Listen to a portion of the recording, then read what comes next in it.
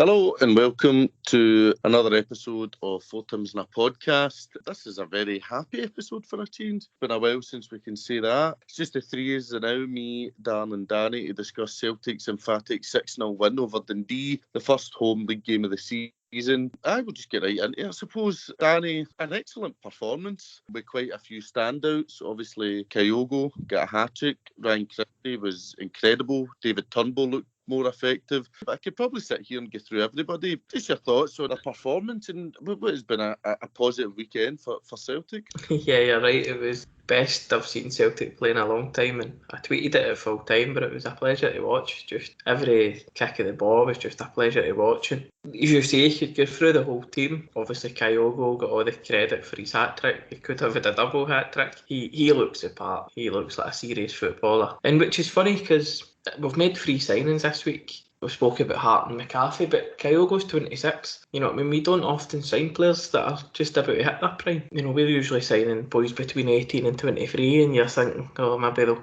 bear in for a couple of years and then come good. Well, we've got a boy that's 26 who's been a football player for years, and he's ready to enjoy the peak of his career. And, you know, luckily for us, it's got to be at Celtic, but that day was just a pleasure to watch. And I was thinking about us watching the game, Tony, and I was thinking about Gordon Strachan. His first season when he did that media thing and then the 4-each draw at Motherwell. And although that was probably more chaotic, but if you look at it, you know, out the Champions League and drafting points in the first day of the season, it's very similar to this season. And I remember Strachan going back to basics, really. At the start of the season, it clicked, like around about October, November. We were on a good run. I think we beat Rangers twice in about 10 days. But Postecoglou's got them playing the way he wants right now.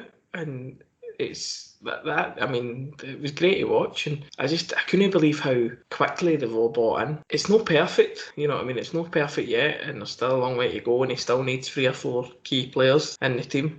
But ever since the first Michelin game, you can just see what he's trying to do, and the day it all came off, and going forward, as we said last week, it might click eventually, and it did. That's 10 goals in 2 games, and they're looking good going into, which has got to be an amazing night on Thursday night at full Celtic Park. Hopefully we finish the job, and then you look forward to Hearts at the weekend. Absolutely. It was a game where you were just able to watch it. You were very comfortable and just enjoying it. You're just wanting them to score as many as possible. You were entertained. You were proud. It was just a very good performance, and everybody played their part. And I don't think anybody could say it flattered us. I mean, it could have been more. We could have scored 10 today. Furuhashi got 3, could have got 5. But Darren, you had a bit of a Mystic Meg moment in the last episode. You predicted 6-0 and a Furuhashi hat-trick. I've seen a few people asking if you bet it, and you did bet it, is that right? Late on, I bet 6-0, Tony, just to cover it, because I hadn't put a penny on my actual Mystic Meg prediction, as you say. I'll probably be the only one I get right all season, but no, I was obviously delighted. I just felt every game that you've watched, Ange, like especially like that Michelin game, you just thought they're so good going forward, and like I was expecting the team to just take a hammering actually, but I'll make an prediction right now. I think at one point in the season, a team's going to concede double digits to us. I think that's how good we are going forward. I think once we get more signings in and the team's more settled, I think we'll take care of the games that we just did in the last season. I thought Celtic were just absolutely outstanding today. It was 24,000 there. It was a great. You could hear the noise. It was just fantastic. Everything went well. And I think the big difference I noticed this year that you didn't see as much last year was even when Lennon's team was winning 3-0 or 3-1 or 4-0, we were always playing shite, right? And I know that sounds like you'd always take a 3-0 or a 4-0, right? But you were coming away saying, oh, we were still pretty poor, so much it needs improved. But this team was just, you feel so good watching Celtic. It's really like Postecoglou's he's got the players bought in and the fans have bought in, and they're just like, I can't wait. As we spoke about last week, I'm 0 for 4 in the ballot, so I'm absolutely buzzing to get there on Thursday and see it in person, because it's a joy to watch on the screen. So I just can't imagine how good it'll be seeing it there. It just, like you say, it's so early on the season. There's going to be a million twists and turns, like especially with the style of football we play. We're going to concede quite a few and score more, hopefully. But just the balance sort of, like, you don't want to say it's shifted already because obviously we're only 2 games in, but with Rangers losing on Saturday, you just felt like this was the type of game you needed to capitalise on, and that's really what we failed to do last season as well. It's another positive for Postecoglou is they seen what happened on the Saturday and they took full advantage of it and went out and absolutely demolished Dundee, who I thought were very poor. I thought they were very lucky. I know they eventually went down to 10 men. I thought they should have been down to 10 men a lot sooner, but no, it's just a joy to watch. Kyogo is just, I love Odsonne Edouard and what he's done for Celtic, but I'm at the point where I feel it would benefit Celtic if Edward did move on, because then you could really focus on having this guy as your main man. I think you just build the attack around him, and like his movement today was just so good. He's so intelligent, and I know people questioned being 26 and still being in the J League. Was it because he didn't have much ability? But it's just completely worked to Celtic's advantage. And as Danny said, getting this guy and what coming up to the prime of his career could just be absolutely a stunning piece of business for Celtic. There wasn't a failure in the team today. Like, Hart made a few saves when he needed to. We've obviously still got the right back issue, but the way Ralston's gone, we're just going to sign a right back to polish his boots, because it was another great goal he scored today. Fair play to him. Starfelt looked better, and I was delighted Stephen Welsh was back in. I thought he looked quite assured again. But Tony, I just thought it was an absolutely brilliant performance, and like even just the togetherness. Like I don't know if that huddle after the game that McGregor called, that was just really him starting to put his sort of imprint on his captaincy, like just getting the team together and then applauding the fans that were there. It was just, I thought it was great to see. It was a real coming of age moment for this team, I feel. I think it's obviously been a tough start with the Midtjylland defeat and then the Hearts defeat, and there was a lot of pressure on the board especially, which should probably remain. But the manager himself has been very calm. I mean, journalists asked him, is this a catastrophe, etc. He was like, no, for me. And he's been very calm and assured, and he's just kind of got on with it. Went to the Czech Republic and got a really good result. And he's come back, and as you say, Rangers lost yesterday, which I don't think many people really expected, and we had a chance to go above them in the table, which we've not been for, I don't know, a year or whatever it might have been. We've done so very efficiently. There was no doubt that we were going to go. It just had that feel about it, we were going to go out and give somebody a hammering. I mean, even at Drogic, I thought he had a decent game, and he was back in the score sheet. It was great to see him. You're wondering, I feel as though every time somebody like Rogic gets another chance, he goes, this I'm finally going to push on, then it doesn't happen. But you wonder, could Ange actually get a tune out of him again? Because I thought some of his play was really good. I thought Ralston, for as much as he must know he gets all the stick in the world, he does try his absolute heart out, and he scored 2 great goals in the last 2 league games, and he's played his parts. So that's obviously what effective coaching can do, is obviously assist him, and he's obviously must know that the managers get belief in him. No doubt about it, we need another right back and another left back, and I think we'll be even more dangerous going forward. Callum McGregor, I thought he just kind of ran the midfield and just was dictating the play and passing it off.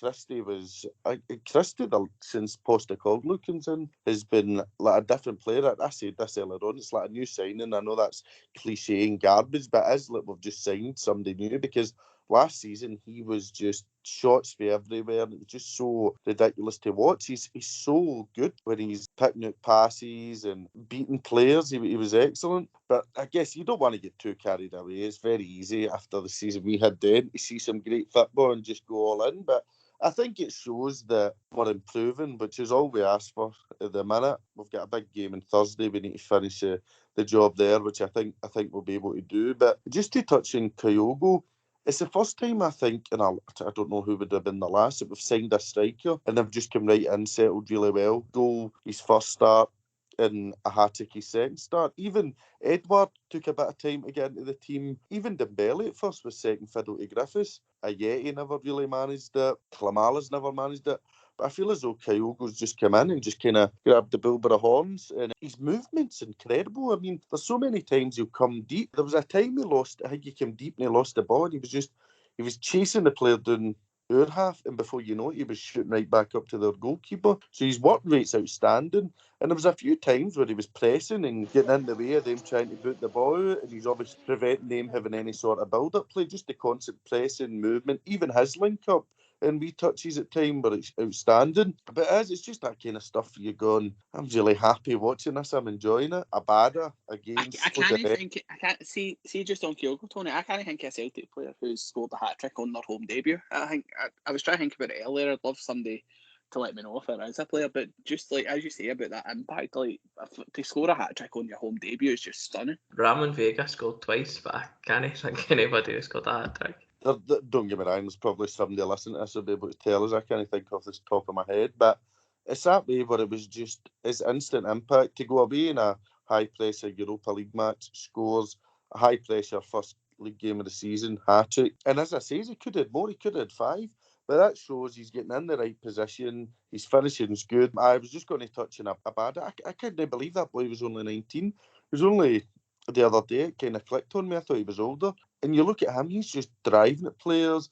He's setting people up. He's been excellent as well. So, but I think, I know you mentioned Big Eddie moving on. I was delighted he scored. I think he really needed a goal. And if he is going to stay, I mean, there's rumours that bids are coming in and they might not be coming in, etc. If he's going to stay and actually he's your backup striker, then that makes your attacking options extremely strong. And we've still got different players to come back, like Dembele, who was looking promising in pre-season. So I think, obviously McCarthy's still to come in. So I think Postecoglou's squad's starting to take a bit of shape, with Julian coming back in as well. Still needs a couple of reinforcements, and if we can get Christie to sign the contract, then you're starting to build a team that would be fit to compete for quite a few years. Andy, I see you've just joined. I know you're out in the piss, so we'll not keep you too long, but we're just talking about a really good performance. Aye, I think, I don't know, there's a lot to cover. Obviously, I've missed the start, so I don't know how much you heard, but I heard quite a bit what you were saying, Tony. I agree with a massive amount of it. Something I mentioned earlier is, I think, for me, one of the big things today was, I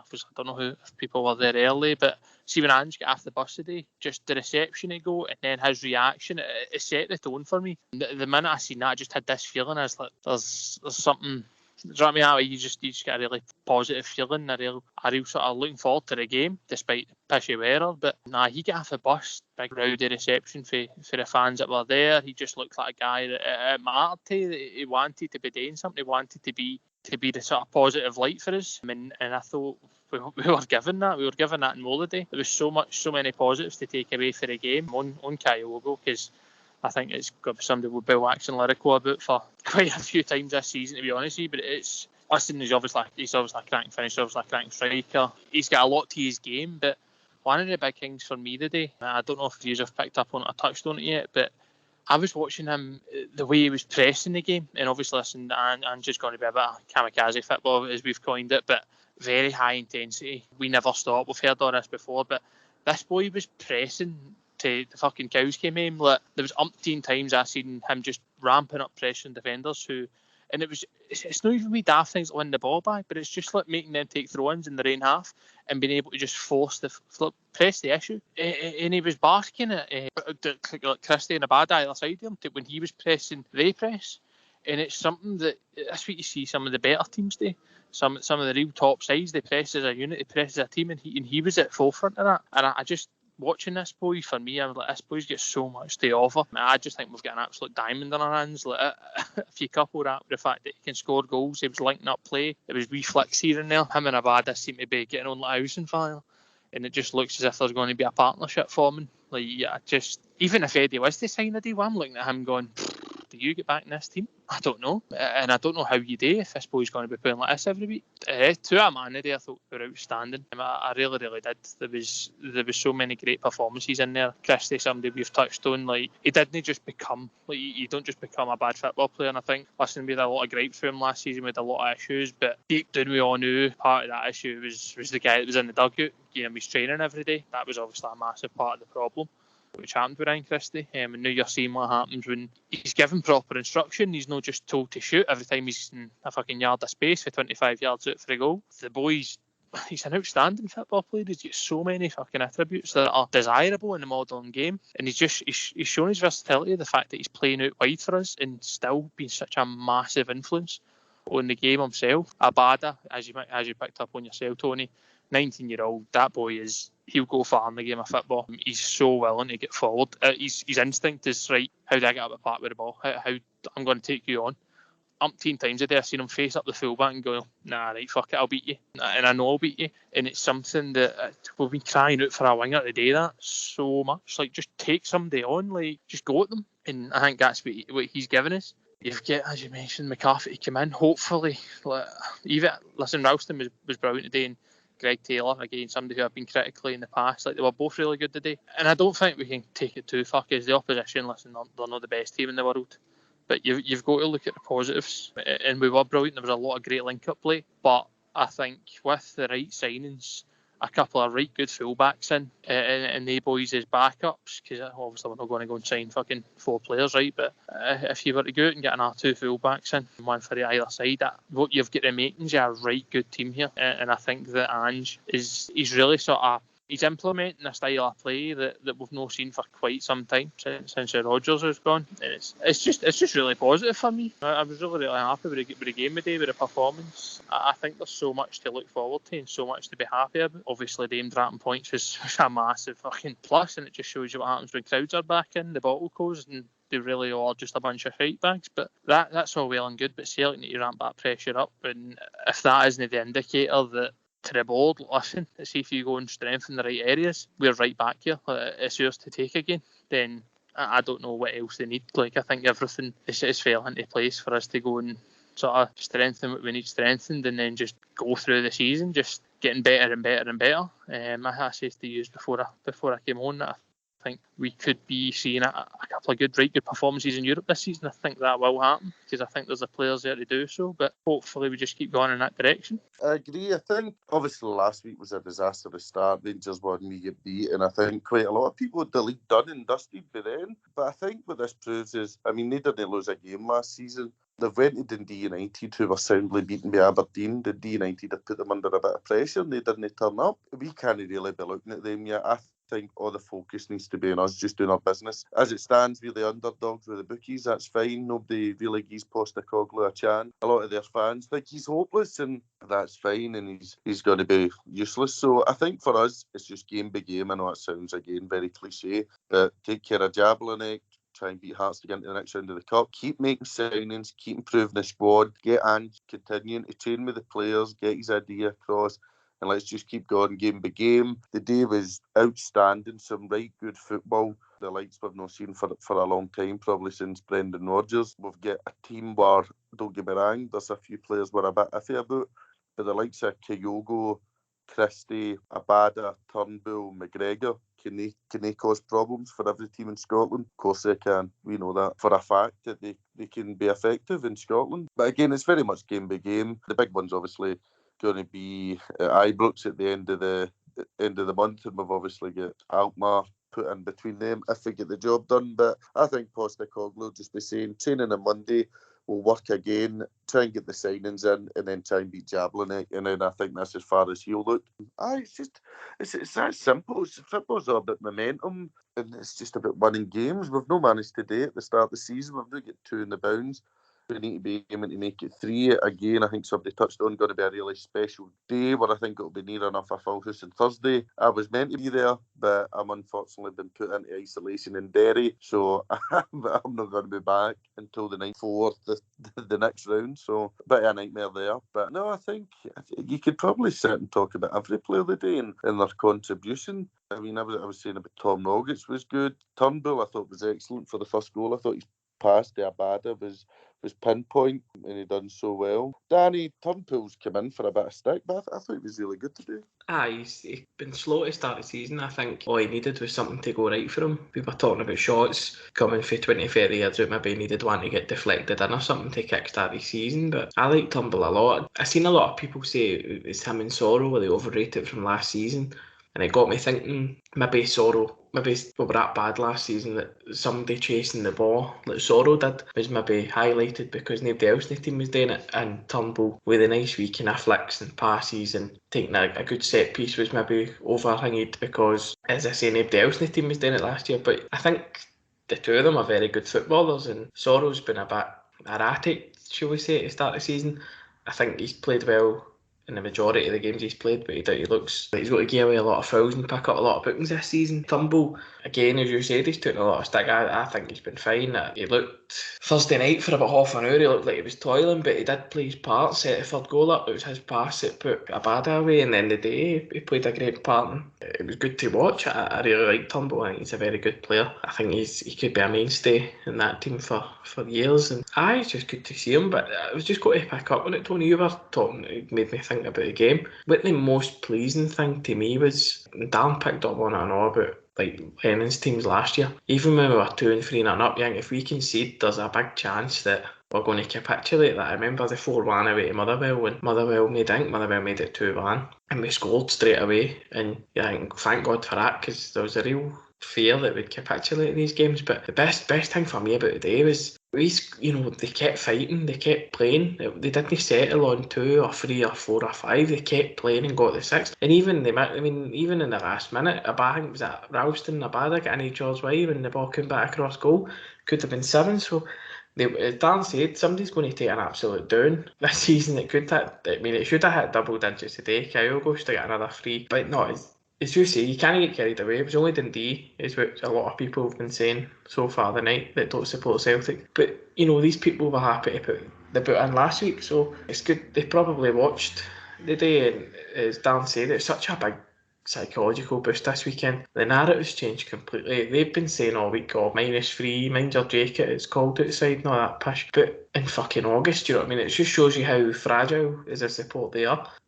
And this week, as they've lost their first game in however long, and we went out the next day and stuck 6 by a team. So, now we're above them in the table in goal difference. So it just shows you how quickly things can change. And momentum's such a big thing. And the pressure's right on them, though. They've lost twice in a week. They've got a big game on Tuesday night, and then, they'll probably take... I'd fancy them to get through on Tuesday night and then get through against Dunfermline. But it all leads up to August, is it the 28th, 29th, 3 weeks a day?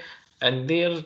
we were a couple of weeks ago, Tony. Tony, you'll not mind me saying this, but me and you have had the same conversation about taking an absolute down. But if things keep going the way they're going now, Celtic could get that game favourites. So, and I just want to pose you a question, Tony. See if we'd assigned a right back and he'd played the last 3 games like Tony Ralston has played, you'd be saying what about a business Celtic have done? I think to be fair to Ralston, he's performed very well. I was watching the goals there when Andy was talking. His goal today was sublime.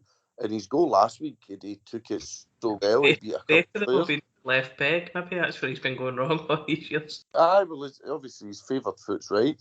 And he put one in a play for Turnbull and Jablonec, and I think it's obviously credit to him. He's obviously hard working, nobody doubts that. I just don't think he's good enough overall, and I think he's got mistakes in him. But I think he's performed very well. He's been put in a really horrible situation where he's had to play.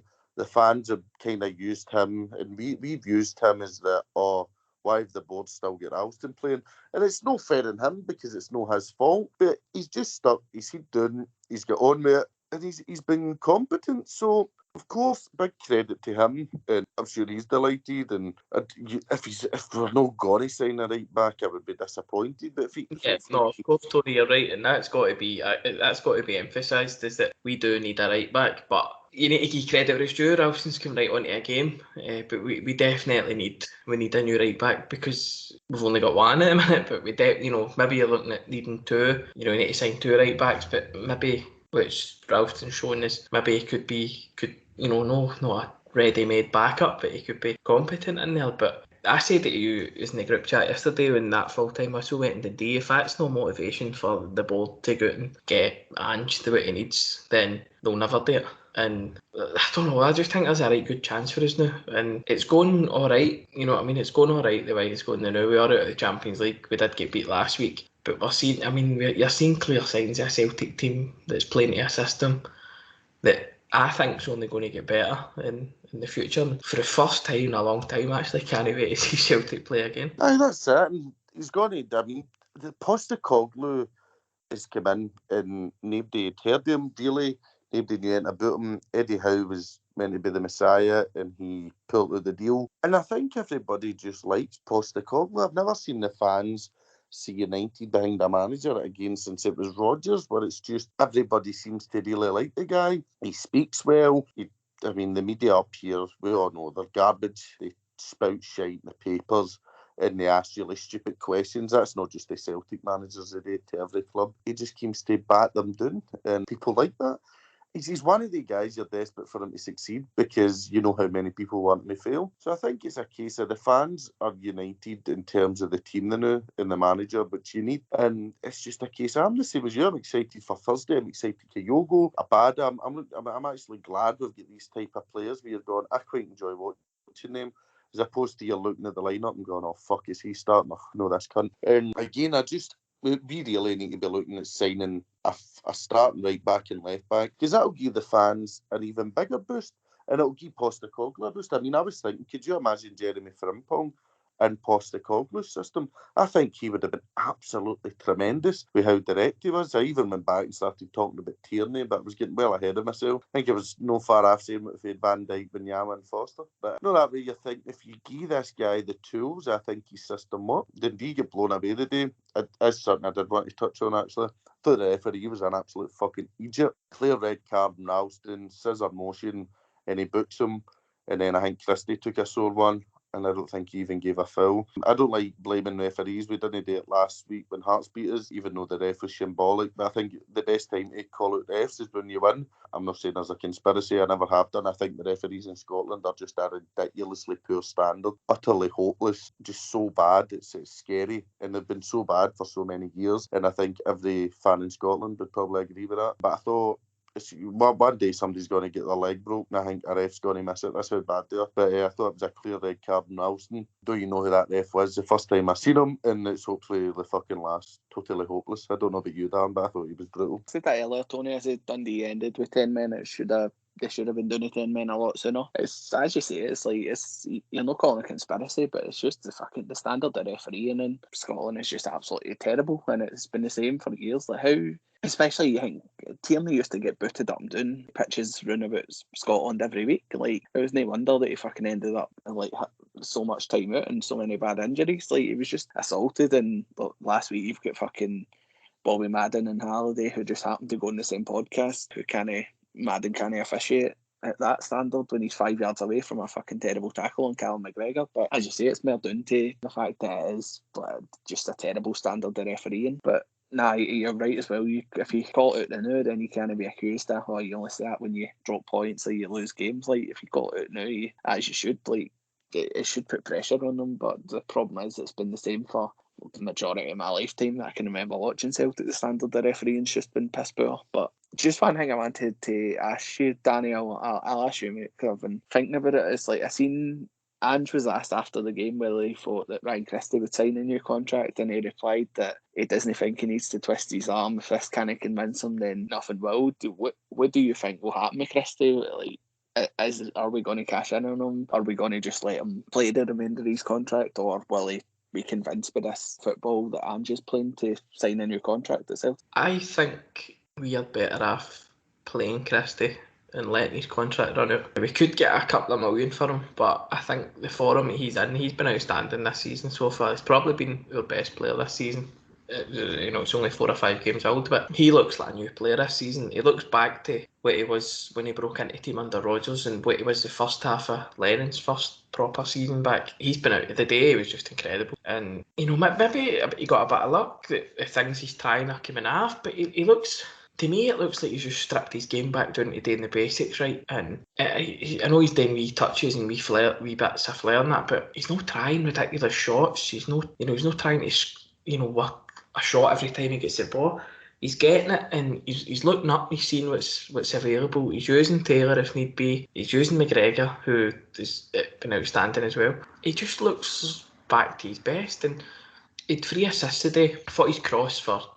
His cross for the second goal was outstanding. His pass for the third goal was magnificent. And he must, he'll really enjoy somebody like Kyogo. I said it the other week about Edouard, was in this system that Ange's playing, you need a striker that's going to, harass defenders, and Edouard's not that guy. Well, look at what happens when Kyogo starts up front. He scores 3 goals. 2 of them are tap-ins, and 1 comes for a through ball that gets played through the middle. We don't see that enough when Edouard's up front, so that's pleasing to see. On Christie, I'd play him. I'd let him run his contract. I think he wants to try England. I'd love him to stay. I loved Ange's comments. it's putting the ball right in Christie's court. You know, if you want to be here, you want to be here. If you don't, then obviously you don't need to be. But I just think Christie in this forum is worth more to us letting him play his contract than, say, scraping 5 or 6 million for fucking Burnley or Norwich or something. Christie, playing the way he's playing, can win the league for us, and that's worth, 40 odd million to us. So if it was up to me, if he wants to go, I would. As much as I think Christie wants to go, I don't think he necessarily wants to go now. I think he'd be quite happy to play his contract out. I see people saying he's playing for a move down to England. Well, if he wants to play like that all season for a move down to England, he's more than welcome in my book. But I think the best thing for us is obviously for him to sign a new contract. But if he wants to go, I'd say to him, we'll go in the summer, but win us this league first. Because him, McGregor, there's a few others in the team. Edward will probably leave, but a couple of players was after last season, and Christie's one of them, and he's been brilliant this season. So if it was up to me, I'd say, look, you can go in the summer, sign a contract with somebody in January, but you need to stay here and win us the league first, because selling him for a couple of million is only going to weakness what we've seen so far this season. And I don't know, I just think he's becoming that player that got to be in the team. I think he didn't play against Hearts and he didn't start on Thursday night, and I think we definitely missed him. So for me, it's a no-brainer. If he wants to leave, he can leave in the summer. I completely agree. I think he's looked absolutely revitalised, and I just thought Andrew's comments were interesting just because I thought maybe it was like some sort of football dilemma that he just wasn't enjoying his football last season, and maybe it could be revitalised. And if that happens, then obviously you've got the problem where, like as you mentioned, teams like Burnley and Norwich can just throw 5 or 6 million at Celtic and probably get him and triple his wage or whatever. But it would be good. Like as you say, I'm probably in your boat. I'd love him to sign a new contract. If he didn't do that, then just because of the Champions League prize on offer at the end of the season as well, then it's vitally important that he does stay in my book, because he's just so versatile as well. Like, he was so effective out on the left today, and like as you know, he can play in anywhere sort of across the front as well. But no, it's just something I wanted to bring up, but I don't know if you think any different, Tony. With Christie, I mean, the way he's playing, it's mad how much it's changed, because you remember kind of social media, and whenever you spoke to anybody last year, it was he was the first name you wanted to shift at the door. But it's now, there's so many things that can just change momentum and encourage support. If we were to come out tomorrow and announce he signed a 4-year deal, that gives another big morale boost. It gives a boost to Postecoglou. It gives a boost to the fans. It gives a boost to the likes of Kyogo. He must be going fucking brilliant. This guy's going to be setting me up all season. So I think Celtic, if they're looking at it the now for all angles, you would be going, if we made him an offer and he's still humming and hawing, you would maybe up it and say, look, we really want you to stay. We think you're going to be an integral part of this system. And if he signs it, as I say, it's an overall boost for the club as a whole. And wee things like that can go a long way. So I hope it's not a case he runs down his contract and leaves in January. But I agree, I'd rather let that happen and get 3 or 4 million off him. That's no use to us, really. When really, I mean, you look at the money Celtic are probably set to get next week alone just for the Jablonec and Hearts game. I know there was a lot of talk about that. I thought they should have been given the Thursday game for free. But they're probably set to rake in close to 2 million for 2 games that would never have sold out, really. So hopefully that's money that could be used to go towards players and contracts, etc. So it's exciting. I mean, things seem to have kind of taken a bit of shape this week with the Jablonec win and the Dundee win the day. So again, will be no league action for a while, and then hopefully get through in the cup and beat Jablonec, and hopefully get into this AZ Alkmaar game with a bit of confidence. I don't really have anything else to add. I don't know what you used to. We preview Jablonec. Oh, aye, sorry. John Hartson, he said Celtic will be signing 4 players. He said it twice on Celtic TV today. He said it once, I think he said it in the first half, and then he said it either after the game or late in the game, but he said certainly in the first half he said there'll be 4 signings made quite soon. Well, I think Postecoglou hinted at that as well. I hope the right back is coming in as well. Is it Buta? B-U-T-A. So hopefully he's coming in, but if it's 4, then fucking here, send it in, and hopefully a new contract for Christie. And even if Edward was to sign a new contract, I know he's not been great, but if you can imagine him getting back to full form, you could have some attack. But defence is hopefully where the signings will be. Danny, I'll start with you. What is your prediction for Thursday night? A really special game. well, we're going to have probably a lot of fans here for the first time in a year and a half. It'll be special. 60,000 fans back for the first time in a long, long time. This could come back to bite me because we've seen what Celtic can do in European second legs at home recently, but Jablonec could be in for an absolute doing. If Celtic score early, it could be the floodgates could open and Celtic Park will be absolutely rocking from start to finish, like it was today. It was a great atmosphere today. We'll be rocking. 60,000 fans, a lot of them, like Darren, that'll be the first time he's been there in a while. So it'll be absolutely brilliant. And if Celtic score early, it could be another doing. And do you know what?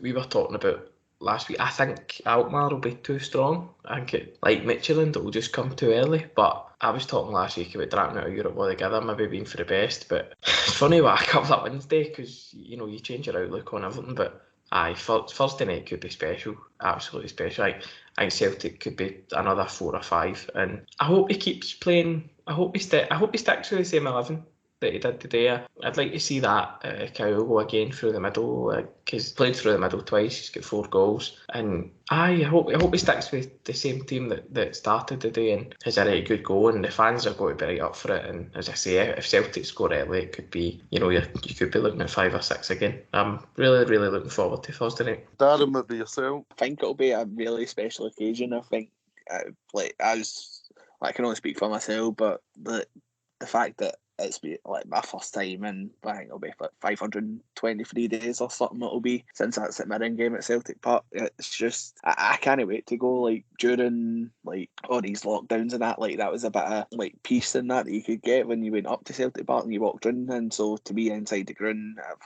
full capacity, I think it'll just be absolutely fantastic. The game itself, well, first of all, I don't know if it's possible, but I'd quite like them to almost formally introduce Ange to the 60,000, maybe just about, I don't know whether it's better doing it at half an hour before the game or after the game, I don't know. I just feel that it's sort of overdue. You'd always have that sort of reception on the first game, and I know a lot of bands have already gave Ange a rousing reception, but I think having the 60,000 there, it would be great to have some sort of formal introduction. I think I'm a bit like Danny. I think Jablonec might get a bit of a doing. I think that they'll know have played in that sort of atmosphere. I think everything's going to be just amplified because it is the first game back at full capacity. So I think if we do get an early goal, it could be anything. I know my prediction was spot on for Dundee, so I'm going to have to be careful with what I do. The first thing I'll predict is I'm going to win the Paradise Windfall, because if I'm on some sort of roll, I guarantee that for myself. But no, I think Jablonec might score, because I still think we've still got it in us to get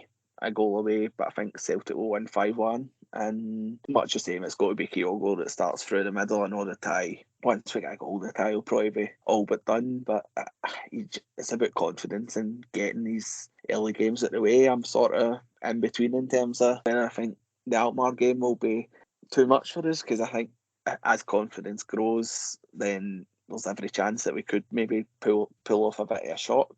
And I could have misread it, but I think I seen that Alkmaar sold their striker. Some sort of, I don't know, maybe Celtic having played a bit more competitive football might help them. But no, I think Celtic will win 5-1, and I think Abada will get the first goal. That's my prediction for Thursday, Tony. I'll go for 3-1, Kyogo double and Ryan Christie. So I'm looking forward to it. I'll unfortunately be watching it for Derry. I'm sure my ticket will go to some lucky cunt. But I guess that kind of brings us to the end. Thanks again for listening. I know thousands have been listening in to the last few episodes. I'm sure this one won't get as many because there will not be as many Rangers fans tuning in. So thanks very much for listening. You can hear us in Spotify, iTunes, and obviously over at YouTube as well. I think we've just reached over 600 subscribers. If you just type in 4Tims, we'll come up, and if you can hit the subscribe button, it would be much appreciated for us. Anything else to add, lads? Go to Manscaped if you want to support the podcast a bit. You'll get 20% off and free shipping with the code TRIM4TIMS. That's TRIM, the number 4, and TIMS when you go to check out at manscaped.com. That'll get you a great discount on some great products to keep your below-the-waist grooming in check. So, thanks very much for anybody that's done that recently. Thanks very much. Up the Ange. Bye. You wrote I love you. I wrote me too. I see the stare at it, there's nothing else to do. Oh, it's in colour. Your hair is brown. Your eyes are hazel. And soft as clouds. I often kiss you when there's no one else around.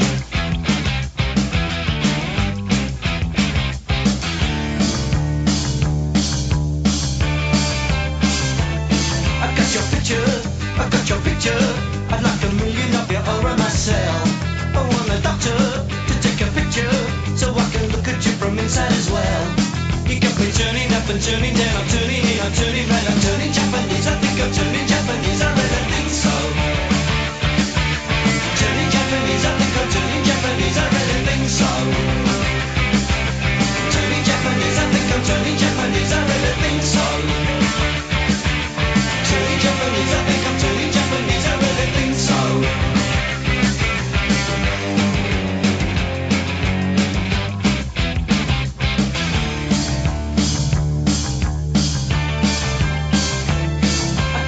I got your picture, I'd like a million of them around myself. I want the doctor to take a picture so I can look at you from inside as well. You got me turning up and turning down, I'm turning in, I'm turning right, I'm turning Japanese. I think I'm turning Japanese, I really think so. Turning Japanese, I think I'm turning Japanese, I really think so. Turning Japanese, I think I'm turning Japanese, I really think so. Turning Japanese, I think I'm turning Japanese, I really think so. No sex, no drugs, no wine, no women, no fun, no sin, no you, no wonder it's dark. Everyone around me is a total stranger. Everyone avoids me like a cyclone.